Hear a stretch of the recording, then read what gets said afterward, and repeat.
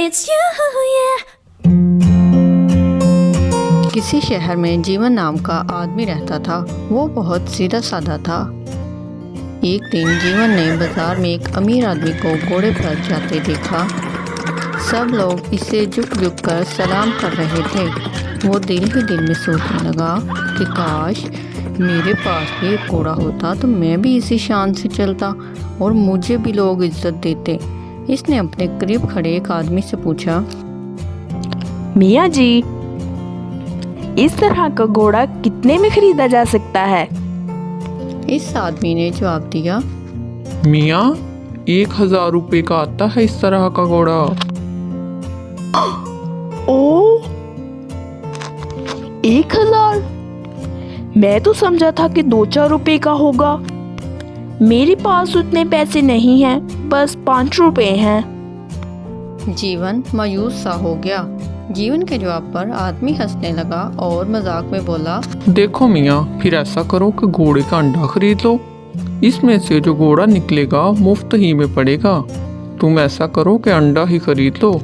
वो आदमी इतना कहकर आगे बढ़ गया, मगर जीवन पर घोड़े का अंडा खरीदने की धुन सवार हो गई। वो जिस दुकानदार से भी घोड़े के अंडे के बारे में पूछता, वो सुनते ही हंसने लगता और हंसी मजाक में इसे दूसरी दुकान पर बेच देता।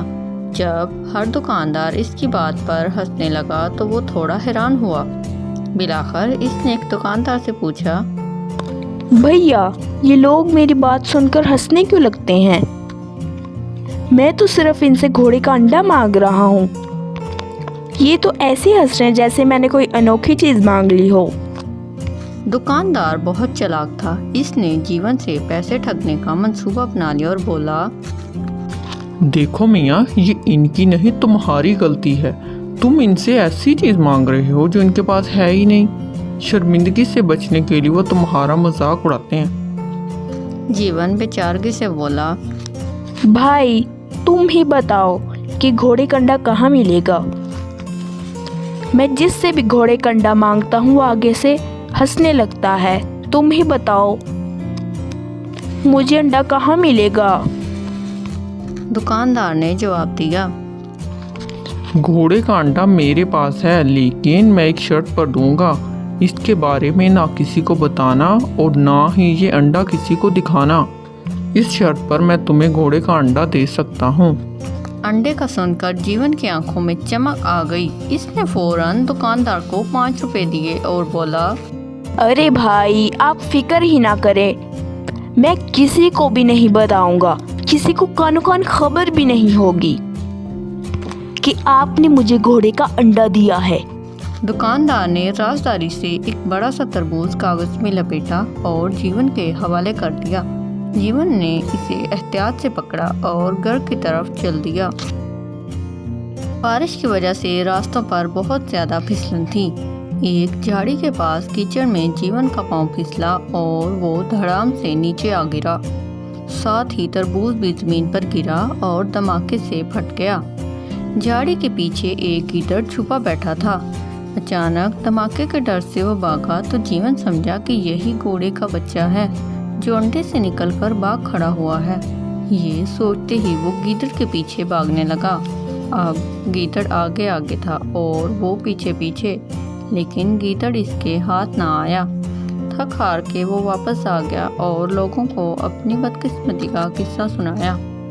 इसका किस्सा जिसने भी सुना हंस हंस के लोट-पोट हो गया। जीवन को बिल्कुल समझ न आई कि लोग इससे हमदर्दी करने के बजाय हंस हंस के दोहरे क्यों हुए जा रहे हैं।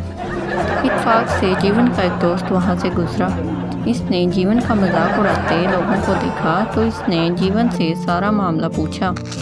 जीवन ने अपनी सारी कहानी अपने दोस्त को बताई। हंसी तो इसे भी बहुत आई, लेकिन इसने अपनी हंसी छुपाते हुए जीवन को समझाया, देखो जीवन, घोड़े का कोई अंडा नहीं होता। दुकानदार ने तुम्हें धोखा दिया है। घोड़े का तो बच्चा पैदा होता है। तुम्हें किसने कह दिया कि घोड़ा अंडे से निकलता है? इसके बाद जीवन लोगों की तरह मुखातिब हुआ और बोला, हद होती है। एक शरीफ आदमी के साथ इतना बड़ा मजाक। अगर वो बेचारा सीधा साधा है तो इसमें इसकी क्या गलती?